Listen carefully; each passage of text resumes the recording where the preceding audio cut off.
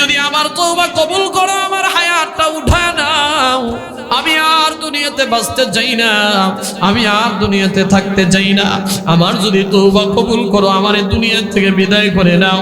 দ্বিতীয় দিনে এভাবে নামাজ পড়ছে, তৃতীয় দিনে এভাবে নামাজ পড়ার পরে চতুর্থ দিনে মানুষগুলো যখন নামাজ পড়তেছে, নামাজের পিছনের আওয়াজ থেকে ওই মহিলার এত বিকট পরিমাণ কান্নার আওয়াজ ভেসে আসতেছে। মহিলাটা এত বিকট পরিমাণ আওয়াজ কান্নার, মহিলাটা সিজদায় যায় আল্লাহকে আল্লাহ বলে ডাক দিয়ে কান্নার আওয়াজ করে, ডাক দিয়ে বলে, मालिक मुझे माफ कर दिए, मालिक मुझे माफ कर दीजिए, मुझे माफ कर दीजिए। अल्लाह अपनी हमारे माफ कर দেন, আমার তওবা আপনি কবুল করেন, আমারে আপনি মওত দিয়ে দেন, আমি আর দুনিয়াতে বাঁচতে চাই না। কিছুক্ষণ পরে ওই মহিলার কান্নার আওয়াজ বন্ধ হয়ে গেল। সবগুলো মানুষ মসজিদ থেকে বের হয়ে গেছে, আর একটা মহিলা দেখে এখনো পর্যন্ত বের হয় না। কি রে, প্রতিদিনের মতো এই মহিলা কেন বের হয় না? যায়া দেখে সিজদায় রত অবস্থায় মহিলাটা আল্লাহ তাআলার দুনিয়া থেকে বিদায় নিয়ে চলে গেছে।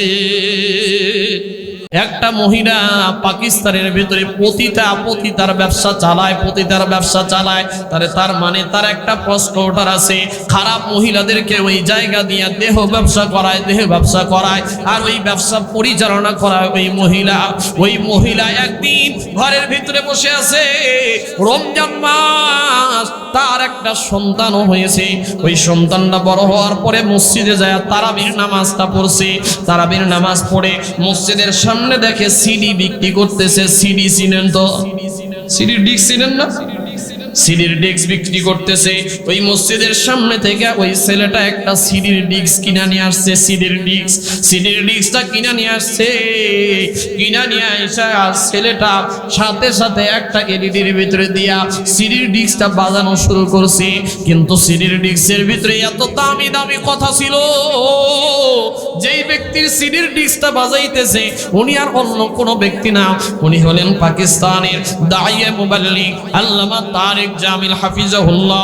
আল্লামা তারেক জামিল সাহেব, যিনি বড় একজন তাবলীগের মুরব্বী এবং বড় একজন দাঈন আল্লাহ, যেনার অন্তর দিয়া মানুষকে কথা বলে, জাহান্নাম থেকে ফিরানোর কথা বলে, মানুষদেরকে এত দিলের জন্য দিল দিয়া ডাকে। একটা মানুষ যদি তার কথাগুলো অল্প সময় যদি শুনে, তো ওই মানুষটার দিলের পরিবর্তন হয়ে যাবে।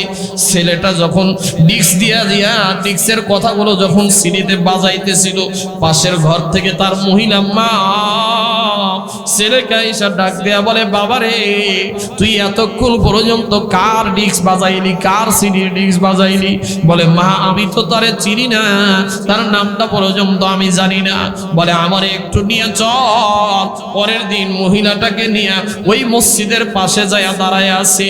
ফজর যখন তারাবির নামাজ শেষ হয়ে গেছে, রমজান মাসে তারাবির নামাজ শেষ হয়ে যাওয়ার পরে হুজুরকে জিজ্ঞাসা করছে, হুজুর গতকালকে এখানে একটা সিডির ডিস্ক বিক্রি করেছিল, একটা হুজুর মানুষ সিডির ডিস্ক বিক্রি করেছিল, ওই সিডির ডিস্কের ভিতরে একটা ব্যক্তির অনেক দামি দামি আমি কথা শুনছি হুজুর, ওই ব্যক্তির কথাগুলো শুনে আমার দিলটা পরিবর্তন হয়ে গেছে।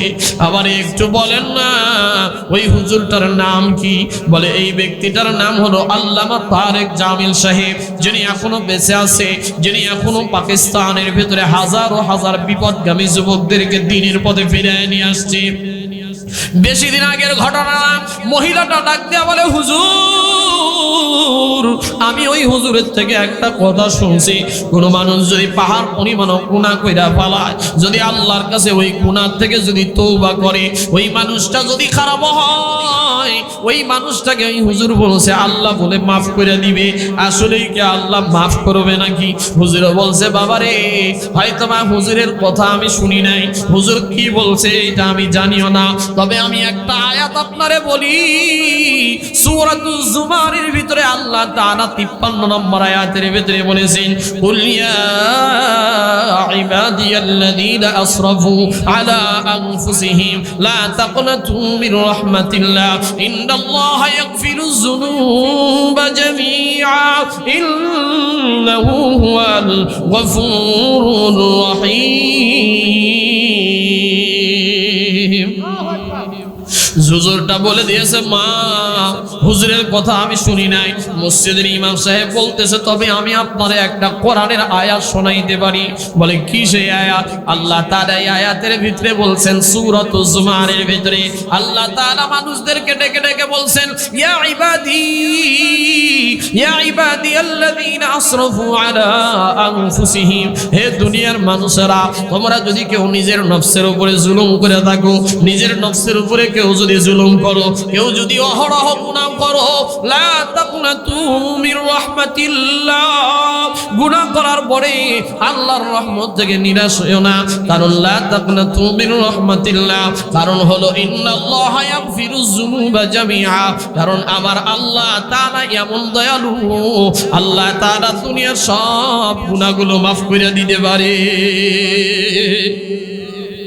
কোন মানুষ যদি পাহাড়ের পরিমাণ যদি গুনাহ করে ফেলায়, সমুদ্রের ফেনা পরিমাণ যদি গুনাহ করে ফেলায়, আল্লাহর কাছে যদি তওবা করে, আল্লাহর কাছে যদি চোখের পানি ফেলায়, চোখের পানির এত দাম, চোখের পানির এত দাম, কান্না করে করে যদি আল্লাহর কাছে যদি নিজের জীবনের গুনাহ থেকে মাপ চাইতে পারে, আল্লাহ তাআলা বলেন, ইয়া আইয়ুহাল্লাযীনা আমানু তুবু ইলাল্লাহি তাওবাতান নাসুহা, বান্দারে তুমি যদি আমার কাছে তওবা নাসিহা করতে পারো, খাঁটি দিলে তওবা করতে পারো, খাঁটি তওবা, আমার কাছে যদি খাঁটি তওবা করো, আল্লাহ বলছে ওই বান্দার জীবনের সব গুনাহ মাফ করে দিবে।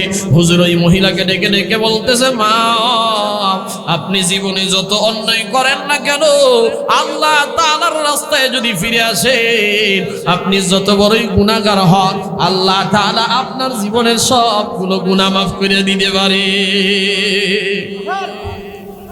মহিলাটার দিলের ভিতরে কথাটা লাগছে। মহিলাটা পরের দিন ছেলের সাথে ওই মসজিদের ভিতরে নামাজ পড়তে আসছে।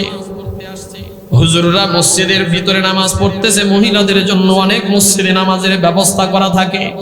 ওই মহিলাটা এসে নামাজ পইরা পইরা আল্লাহরে চিৎকার মেরে মেরে কান্নাকাটি কইরা কইরা বলতেছে, আল্লাহ তোমার কাছে আমি তওবা করতেছি গো মালিক, আমার তওবা যদি কবুল হয়, আমার তওবাটা যদি আপনি কবুল করেন, আমারে আর যেন দুনিয়াতে রাখেন না, আমারে এখনই দুনিয়া থেকে বিদায় করে নেন।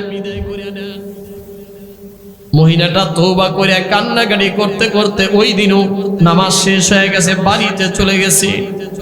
পরের দিন আবারও মসজিদে আসছে, আবারও মসজিদে আয়েশা নামাজ পড়ে এরকম করে কান্নাকাটি করতেছে, আল্লাহ তুমি যদি আমার তওবা কবুল করো, আমার হায়াতটা উঠায় নাও, আমি আর দুনিয়াতে বাঁচতে চাই না, আমি আর দুনিয়াতে থাকতে চাই না, আমার যদি তওবা কবুল করো, আমার দুনিয়া থেকে বিদায় করে নাও। দ্বিতীয় দিনে এভাবে নামাজ পড়ছে, তৃতীয় দিনেও এভাবে নামাজ পড়ার পরে চতুর্থ দিনে মানুষগুলো যখন নামাজ পড়তেছে, নামাজের পিছনের আওয়াজ থেকে ওই মহিলার এত বিকট পরিমাণ কান্নার আওয়াজ ভেসে আসতেছে।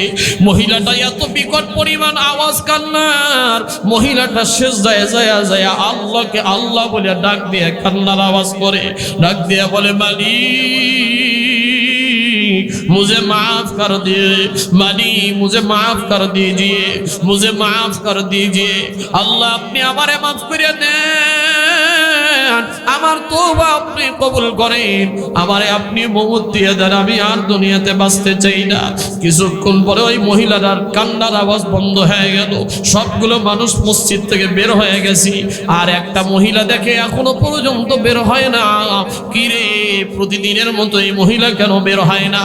যায়া দেখে সিজদায় রত অবস্থায় মহিলাটা আল্লাহ তাআলার দুনিয়া থেকে বিদায় নিয়ে চলে গেছে। তার মানে মহিলাটার তওবা কবুল হয়েছে, আল্লাহর কাছে দোয়াও কবুল হয়ে গেছে। হে মুসলমান, এই ছোট্ট একটা ঘটনা থেকে আমি আপনাদেরকে বুঝাইতে চাই। অনেক মানুষ ডেকে ডেকে বলে, হুজুর তওবা তো করবো, এখনই করে লাভ কি, অনেক সময় আছে। কিন্তু মুসলমান, হে যুবক, তোমার মতো কত যুবক রোড অ্যাক্সিডেন্ট করে দুনিয়া থেকে বিদায় হয়ে যায়। হে বৃদ্ধ বাবাজি, তোমার মতো কত যুবক, কত বৃদ্ধ বাবাজি এশার নামাজ পড়ে ঘুমাইতে যায়, ফজরের নামাজের সময় আর উঠতে পারে না। ঠিক কত মানুষ চিন্তা করে আজকে পরিবর্তন হব না, আগামীকাল পরিবর্তন হব, অথচ এই মহিলাটার তওবা আল্লাহ কবুল করে তারে দুনিয়া থেকে বিদায় পর্যন্ত নিয়ে নিছে। মহিলাটা যদি পস্কোয়ার্টারের মালিক হওয়ার পরে একটা পতিতার ব্যবসা করার পরেও যদি ওই মহিলারে আল্লাহ মাফ করতে পারে, আমারে আপনারে কি আল্লাহ মাফ করতে পারে না? কথা বলেন, কথা বলেন। আমারে আল্লাহ মাফ করে দিতে পারে, আপনারেও আল্লাহ মাফ করে দিতে পারে। এই জন্য ডেকে ডেকে বলবো, ভাই ও পর্দার অন্তরের মাগো, ও মহিলা মা, জীবনে তো কম গুনাহ করেন নাই। ও যুবক ভাই, জীবনে তো কম অন্যায় করো নাই রে ভাই। ও বৃদ্ধ বাবাজি, জীবনে তো কম অন্যায় করে নাই। আসেন আজকে থেকে একটু নিয়ত করে, কারণ আগামীকালকেও তো আপনার নামটা মসজিদের মাইকে আলান হতে পারে। আগামীকালকেও আমি আব্দুল আউয়ালের নাম মসজিদে ঘোষণা হইতে পারে। আগামীকালকে আপনাদের মতো মহিলার নামটাও তো ঘোষণা আসতে পারে। যেমন কোনো দিন পাওয়া যায় না যেই দিনটা যুবকের মৃত্যুর লাশের খবর পাওয়া যায় না পত্রিকার পাতাতে, এমন কোনো দিন পাওয়া যায় না যেই দিন যুবতী বোনের মৃত্যুর খবর পাওয়া যায় না, বুড়া বাবাজির মৃত্যুর খবর পাওয়া যায় না। এই জন্য বাবা দুনিয়া থেকে কি নিয়ে বিদায় হয়ে যাবে, ওই খবরটা কিন্তু বড় কঠিন। আল্লাহর নবী বলেন, আল কবরু রাওজাতুন মিন রিয়াজিল জান্নাহ আও হুফরাতুন মিন হুফারিন নার।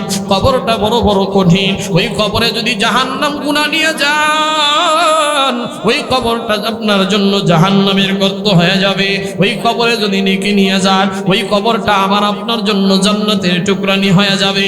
আল্লাহর নবী বলেন, কোন ব্যক্তি যদি কবরে যায় নেকি নিয়ে, আল্লাহ তাআলা সাথে সাথে ফেরেশতাদেরকে ডেকে ডেকে বলে, ওয়া আফরিসু বিল জান্নাহ ওয়া আলবিসু বিল জান্নাহ। এই বান্দাটা দুনিয়াতে কষ্ট কইরা কইরা আমার ইবাদত করে করে কবরে আসছে। ও ফেরেশতারা, এই বান্দার কবরের ভিতরে তোমরা জান্নাতের বিছানা বিছায়া দাও। বান্দাটা আমার কাজ করে করে বান্দা ঘুমাইতে পারে নাই, এই বান্দার কবরে তুমি একটু সাথে সাথে ওয়ালবিসু বিল জান্নাহ ওয়ারিহাল জান্নাহ, এই বান্দার কবরের ভিতরে জান্নাতি সুগন্ধি দিয়ে দাও। এই জন্য আমার নবী বলছেন, কোন মানুষ যদি নেক আমল নিয়ে যদি কবরে যায়, ওই বান্দার কবরটা জান্নাতের টুকরা হয়ে যায়। আর কোন বান্দা যদি জাহান্নামে গুনাহ নিয়ে কবরে যায়, ওই বান্দার কবরটা কিন্তু জাহান্নামের গর্ত হয়ে যাবে। এই জন্য মুসলমান এখন থেকেই নিয়ত করেন, আজকে থেকেই নিয়ত করেন, আমি আপনাদের জন্য দুইটা আমল ইনশাআল্লাহ শিখিয়ে দিয়ে যাব।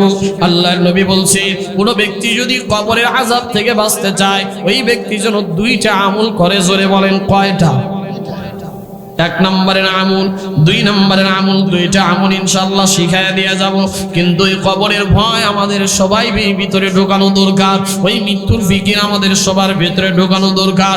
ওই কবরের ভয়, ওই মৃত্যুর ফিকির নিয়ে মুসলমান আজকে থেকে একটু নিয়ত করতে পারবেন, আর কোনোদিন নামাজ কাজা দিব না, আর কোনোদিন রোজা বাদ দেব না, আর কোনোদিন হজ বাদ দেব না, আর কোনোদিন মানুষের অন্যায় করব না। যুবক রে, কতদিন তুমি ফ্রি ফায়ার পাবজি গেম খেলা সময় কাটায় দিলা? হে যুবক, কতদিন তুমি মসজিদে না যায়া তোমার নামটা মুনাফিকের কাতারে উঠায় দিলা, তোমার নামটা কাফেরের কাতারে উঠায় দিলা। ও পর্দার অন্তরের মাগো, কতদিন আপনি নামাজ কাজা দিয়ে দিয়ে আল্লাহর নাফরমানিতে লিপ্ত হয়ে গেলেন।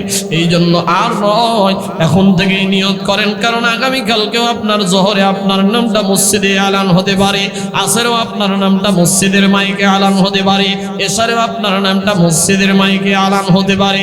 আপনার আপন মানুষগুলো আপনার জন্য কবর খনন করা শুরু করবে, গাছ বাগানের ভিতরে যাইয়া পাঁচগুলো কেটে কেটে আপনার জন্য গোরস্থানের গোর খনন করা শুরু করবে। আপনার জন্য 3টা কাপড়, মহিলাদের জন্য 5টা কাপড় দিয়া দিয়া আপনারে বড়ই পাতার গরম পানি জ্বলায়া জ্বলায়া আপনারে শেষ বিদায় দিয়ে দিয়ে আপনারে কুসুল দিয়ে দিবি।